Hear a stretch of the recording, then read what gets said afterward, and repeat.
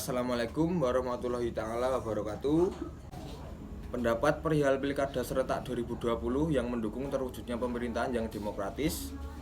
Menurut opini saya pribadi, di tengah pandemi yang masih berlangsung dan persiapan yang belum matang, tentu saja hanya akan menimbulkan masalah baru. Salah satunya persoalan anggaran, pengadaan alat pelindung diri bagi petugas KPU, dan berbagai perbedaan pendapat mengenai Pilkada serentak hingga disepakati dan akhirnya digelar pada 9 September 2020 akibat dampak pandemi COVID-19.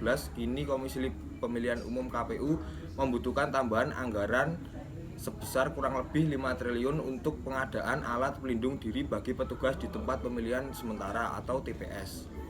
Hal ini tentu bisa menjadi persoalan ketika negara pun di tengah menghemat anggaran akibat dampak pandemi yang masih berlangsung sampai saat ini. Pemerintah telah melakukan rapat dan berikut hasil dari rapat tersebut. Pertama, penyelenggaraan Pilkada serentak di tengah pandemi COVID-19 diperlukan penyesuaian kebutuhan barang dan anggaran termasuk pendapatan jumlah pemilih per TPS maksimal 500 orang.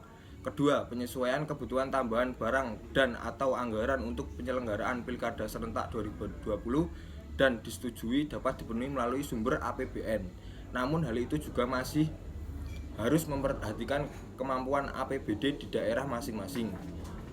Ketiga, agar terjadi efisiensi dalam penyelenggaraan Pilkada serentak 2020, Komisi 2 DPR meminta penyelenggara pemilu melakukan restrukturisasi anggaran yang dialokasikan untuk setiap tahapan pilkada. Restrukturisasi anggaran tersebut mesti diserahkan kepada Komisi 2 dan Kemendagri sebelum rapat kerja gabungan diadakan. Memang benar, negara kita adalah negara demokrasi.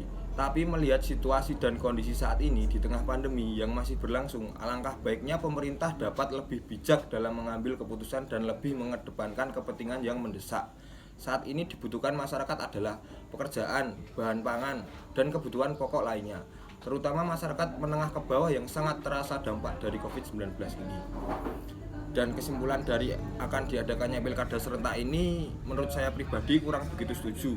Dengan berbagai pertimbangan dan alasan yang diambil pemerintah, apalagi di tengah pandemi ini, seolah-olah Pilkada menjadi kebutuhan atau prioritas utama saat ini.